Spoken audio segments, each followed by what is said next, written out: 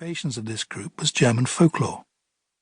Their enthusiasm for this subject resulted in von Arnim and Brentano's Des Knaben Wunderhorn, the youth's magic horn, a collection of folk songs and folk poetry of all kinds, the first volume of which appeared in 1805 and immediately became popular. The Grimm brothers were naturally interested in this, but not uncritically. Jacob wrote in a letter to Wilhelm in May 1809 of his disapproval of the way in which Brentano and von Arnim had treated their material, cutting and adding and modernizing and rewriting as they thought fit. Later, the Grimms, and Wilhelm in particular, would be criticized on much the same grounds for the way they treated their source material for the Kinder- und Hausmärchen. At all events, the decision by the Grimm brothers to collect and publish fairy tales was not an isolated phenomenon, but part of a widespread preoccupation of the time. The sources they depended on were both oral and literary. One thing they did not do was walk the countryside, seeking out peasants in their fields and cottages and taking down their stories word by word. Some of their tales were taken directly from literary sources. Two of the finest, The Fisherman and His Wife and The Juniper Tree, were sent to them in written form by the painter Philip Otto Runge, and reproduced by the Grimms in the Low German dialect Runge wrote them in. Much of the rest came in oral form from people at various levels of the middle class, including family friends, one of whom, Dortchen Wild, the daughter of a pharmacist, Wilhelm Grimm eventually married. After 200 years, it's impossible to say how exact their transcriptions were, but the same is true of any collection of folk tales or songs before the age of tape recording. What matters is the vigour and zest of the versions they published. The Grimm brothers went on to make great and lasting contributions to philology. Grimm's law, formulated by Jacob, describes certain sound changes in the history of Germanic languages, and the brothers together worked on the first great German dictionary.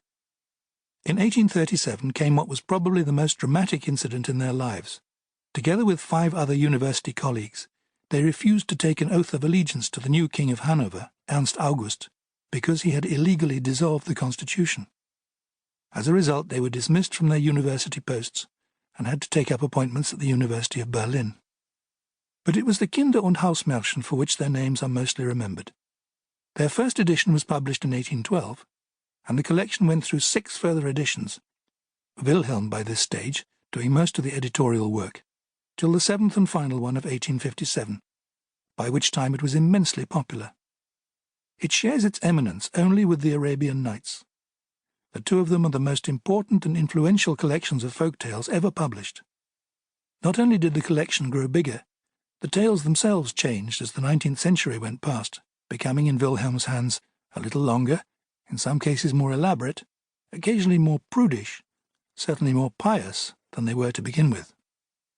Scholars of literature and folklore, of cultural and political history, theorists of a Freudian, Jungian, Christian, Marxist, structuralist, post-structuralist, feminist, postmodernist, and every other kind of tendency have found immense riches for their study in these 210 tales.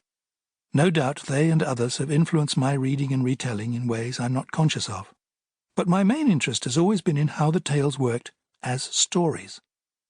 All I set out to do in this book was tell the best and most interesting of them, clearing out of the way anything that would prevent them from running freely. I didn't want to put them in modern settings, or produce personal interpretations or compose poetic variations on the originals. I just wanted to produce a version that was as clear as water. My guiding question has been, how would I tell this story myself if I'd heard it told by someone else and wanted to pass it on? Any changes I have made have been for the purpose of helping the story emerge more naturally in my voice. Conventional stock figures. There is no psychology in a fairy tale. The characters have little interior life. Their motives are clear and obvious. If people are good, they are good, and if bad, they're bad. Even when the princess in The 3 Snake Leaves inexplicably and ungratefully turns against her husband, we know about it from the moment it happens. Nothing of that sort is concealed. The tremors and mysteries of human awareness, the whispers of memory, the promptings of half-understood regret or doubt or desire that are so much part of the subject matter of the modern novel are absent entirely. One might almost say that the characters in a fairy tale are not actually conscious. They seldom have names of their own.